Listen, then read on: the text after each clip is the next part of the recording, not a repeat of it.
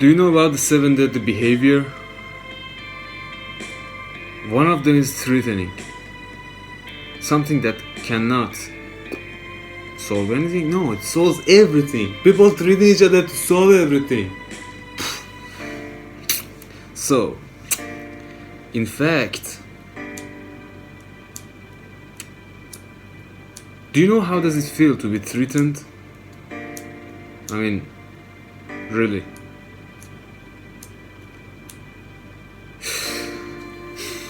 Did you threaten anybody so hard in a bad situation? For example, when they were a child, or for a school, for police, for physical punishment, or sending, for example, if it's a foreigner, I will send you to your country, like this. I will call the police to send you to your country. I will tell the authorities. This is it.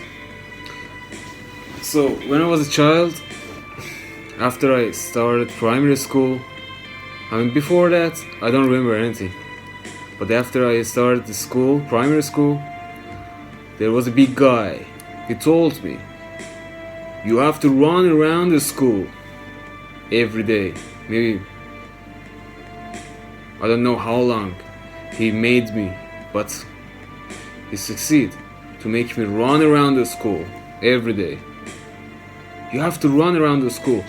And when I asked him, why should I do this? I don't want to do that. He said, because I say, if you don't do it, I will punch you. I said, I tell the school, you cannot make me run. He said, looks like I can. So I do it. You have to run. Alright. I don't know how did it end. I have no memory how I stopped him. Maybe he changed his mind. Maybe he also was doing to other students and somebody just reported him. I just remember that banner. That person went off my, imagination. So I didn't pay attention to it.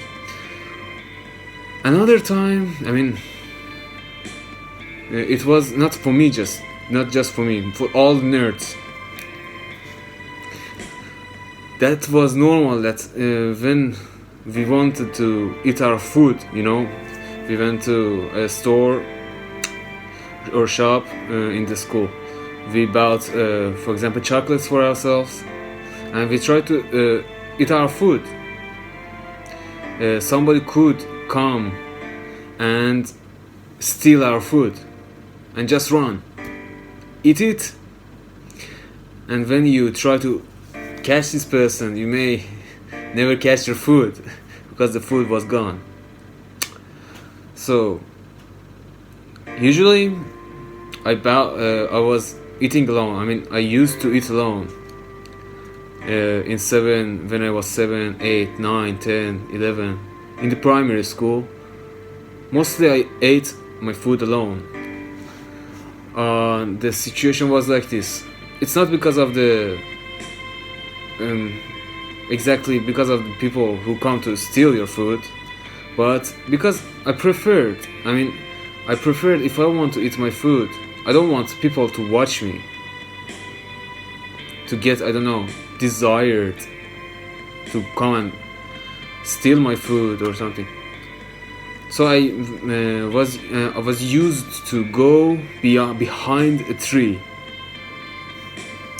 take out my chocolate, eat my chocolate, and even in that moment, somebody could come and steal it. Sometimes I ran for them to get the food, and after that I just learned it doesn't matter, I can buy another. It's not just in primary school. In addition to that, I just want to inform you, it was even normal in the high school that people steal each other's food just for fun. We are friends. Hey, we're friends. let me eat your food today. I don't even tell you. I just eat it. You just open your bag and you see, oh. That was why I didn't have a lot of friends in high school, to make sure nobody could do that to me. Oh, I'm such a foodie. Alright. The other time that I remember somebody threatened me was one of my family members. There was a basement in his room.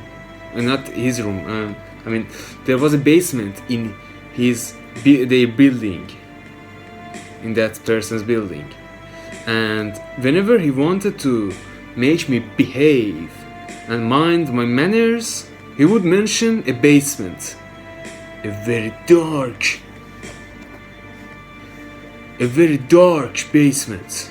You know what I mean? I never saw a light there.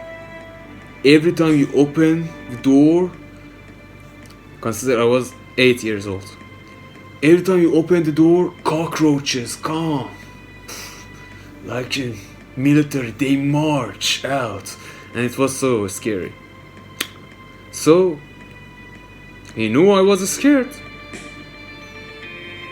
So yesterday I didn't kill it. Okay. He knew I was scared. So he threatened me.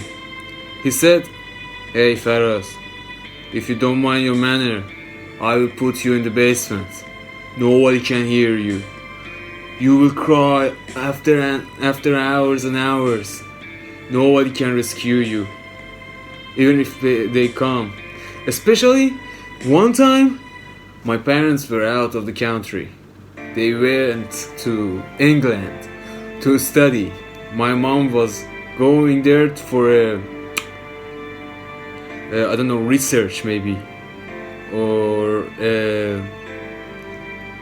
just a course, just a university course. He wanted to increase his knowledge. She wanted to increase her knowledge, and so my parents went to England. I don't know why I couldn't. Maybe it wasn't even necessary. So I didn't go. And in that moment,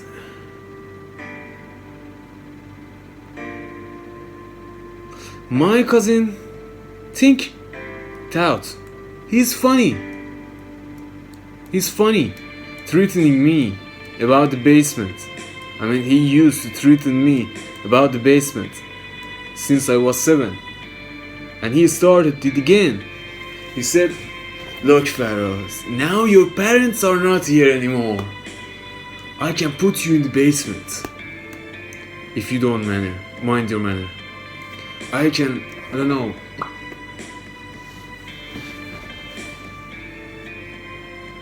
imprisonate you if I read." I was always afraid of that basement. What happens if I go in the basement?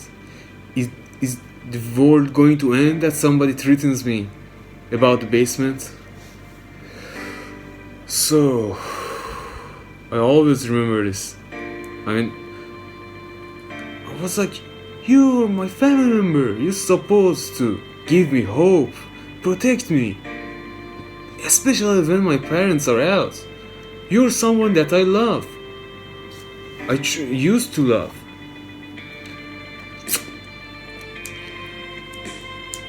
So it's another story again.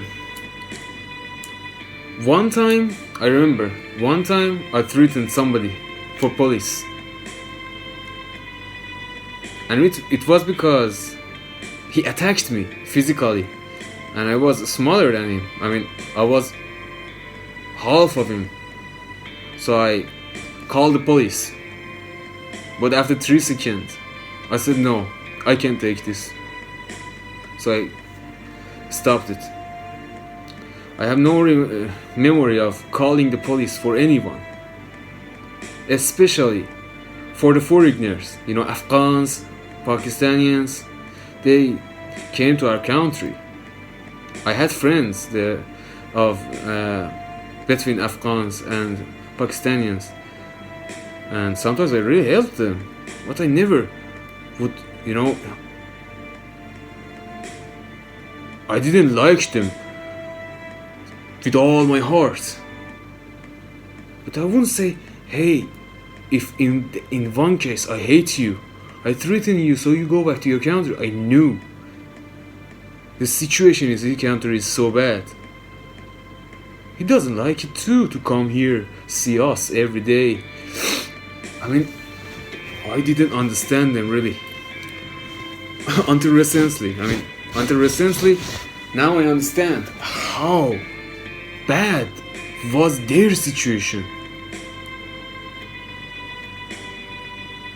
Because still, I feel grateful that I was not in their situation.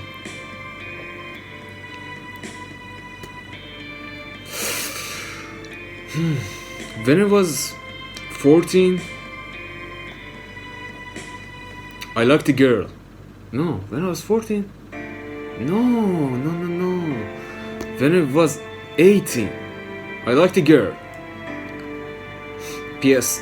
I never had a girlfriend. Oh shit, I should have said that. Oh!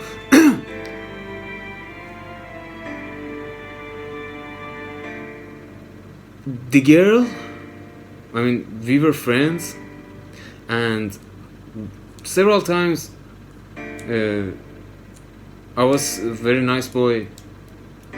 She just went on my mind.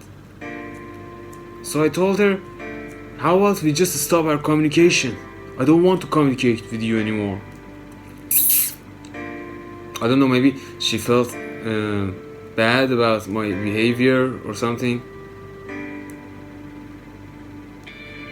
So she threatened me. Said, no. It's not about you don't want communication anymore. If you communicate with me, she said, if you communicate with me, I will call the police. I even have family members who can come and arrest you. I didn't know that if I say I want to stop my communication with you, that makes her so angry to come and threaten me for that. So I was really scared. Nobody ever, before I became 18, nobody ever threatened me for police. That was the first time. Not just for first time or something. The thing was, if I was going to involve in such thing, I may be disqualified to go abroad for a study. 1 month after she threatened me, 1 month I didn't leave house. I was going to university in my country. I stopped it. Said, Dad, you know what? I don't want to go to university right now. I need 1 semester rest. He said, why? I didn't say, because somebody that I used to love for 9 months threatened me for something that could destroy my whole future.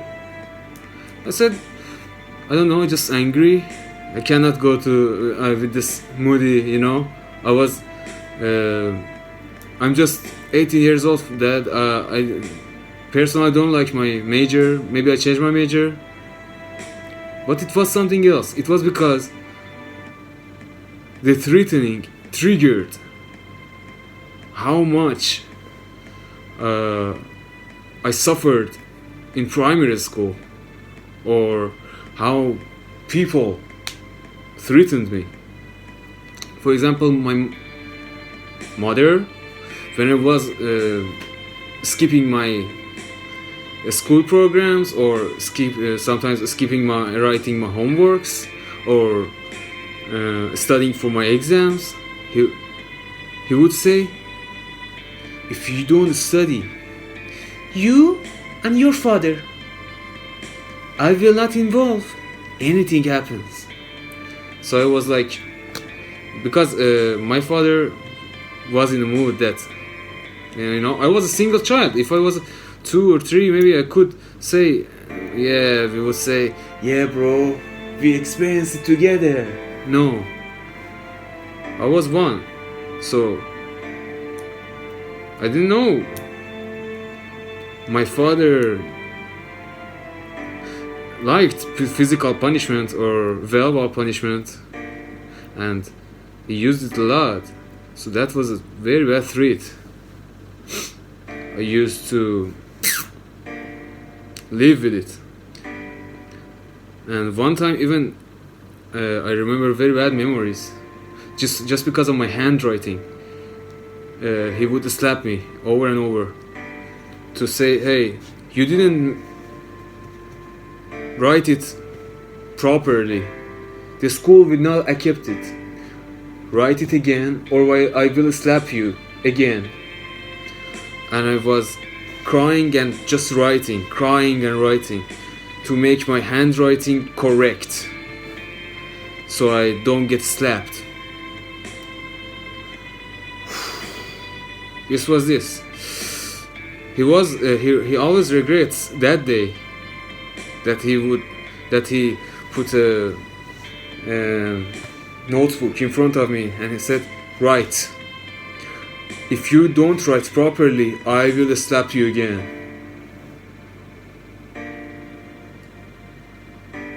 I don't know, maybe I could call somebody, for example, say, hey, this person, my father is threatening me for slapping if I don't write properly. Isn't that child's, where is the children right?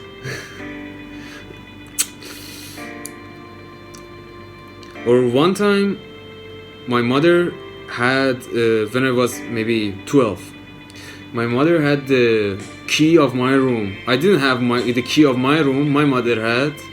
So, he said, he was angry. She was angry. She was angry of me. She was angry of my behavior toward some of my family members.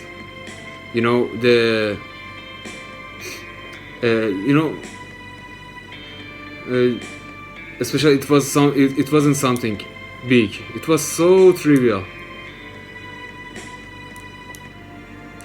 She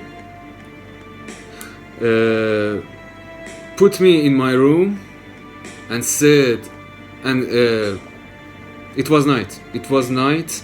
She put me in the room and closed the door. Said, that was the first time I experienced this. She said 3 days, 3 bloody days, you don't have to get out of your room. There was a phone in my room. Whenever I felt frustrated with everything, I could call it. I could call somebody, like for example my friends, my aunt, my uncles, my grandmother, my grandfather, anybody, to say, hey, this bad thing happened to me. I don't know what to do. It was so bad. I'm crying right now. I'm crying and it's breaking my heart. In that night, that my mom put me in the room, she knew. My father wasn't there. My father was out, maybe on a mission. There was a lot of missions in that moment for my father. My mother knew that whenever I get frustrated, I would, instead of sharing back my love to my mother and say, no mother, please open the door, I wouldn't do that. I would call somebody, for example my aunt, say, hey aunt, this is the bad situation, I really hate it, my mom put me in the room. My mom knew that I could do that. I could, for example, call my aunt and say, I'm in a bad situation, I don't know what to do. She imprisons me in my room. I cannot go even from the window, it's 3rd floor. Suddenly she entered my room and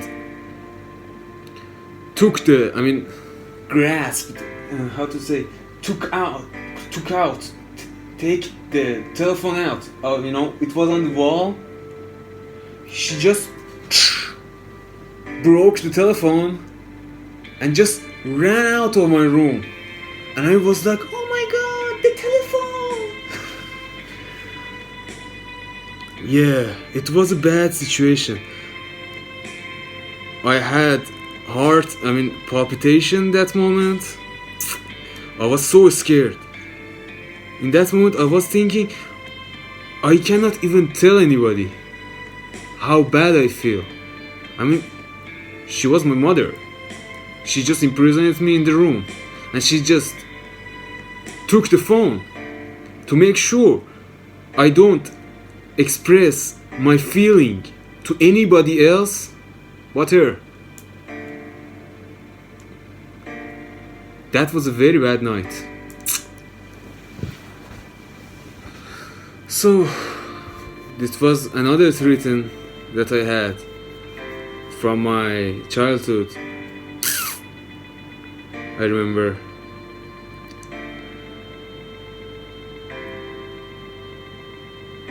Let's come back to the when I was 18 years old and the girl threatened me. I didn't go to school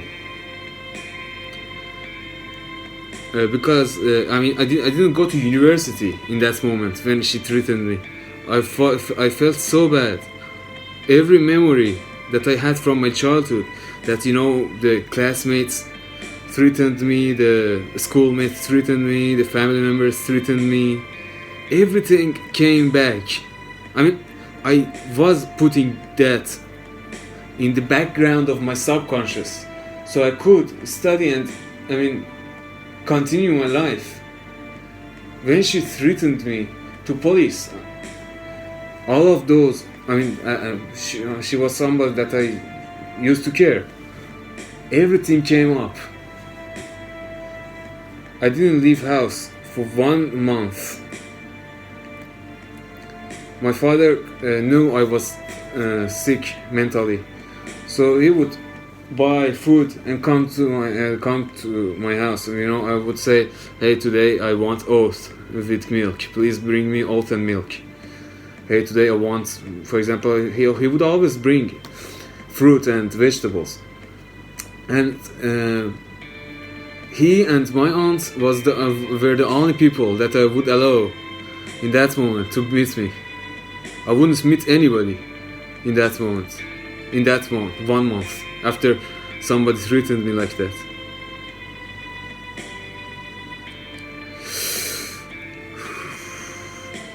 So, after she threatened me, I found out, yes, I don't think I really want to stay here.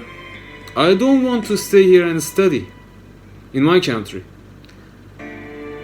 How come somebody threaten you like this? When there is as Arnold says, when there is a life out there for you, come to LA. Come to LA.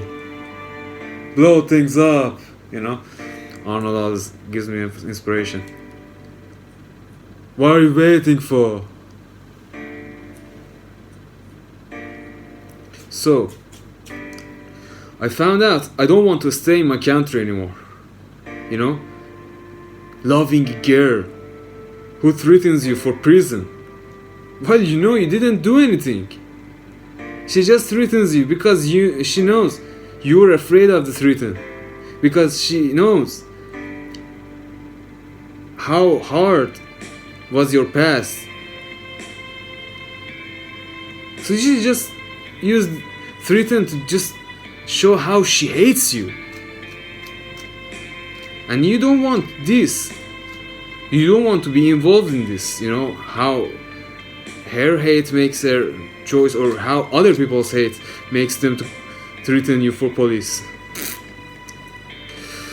So I decided to learn Chinese, German. Before that, I just knew Arabic and English and Persian. I started learning Chinese, German, and yeah. After that month, I started every day, 1 hour German, 1 hour Chinese, maybe, más o menos, and this was it. And I was in love with German and Chinese because since my childhood I used to see a lot of Asian cartoons, animes. Anime can be plural, you know. So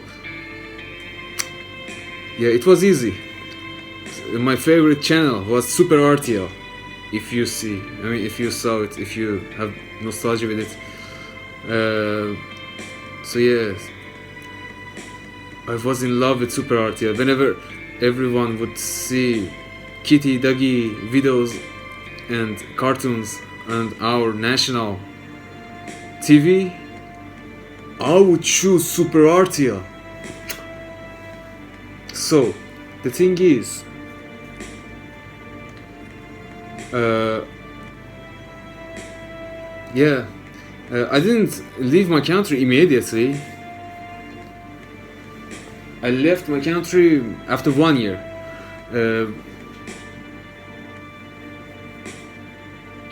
First, I said maybe it's just because of my major. Maybe if I change my major, stay in my country and study, I get the motivation to finish my undergraduation.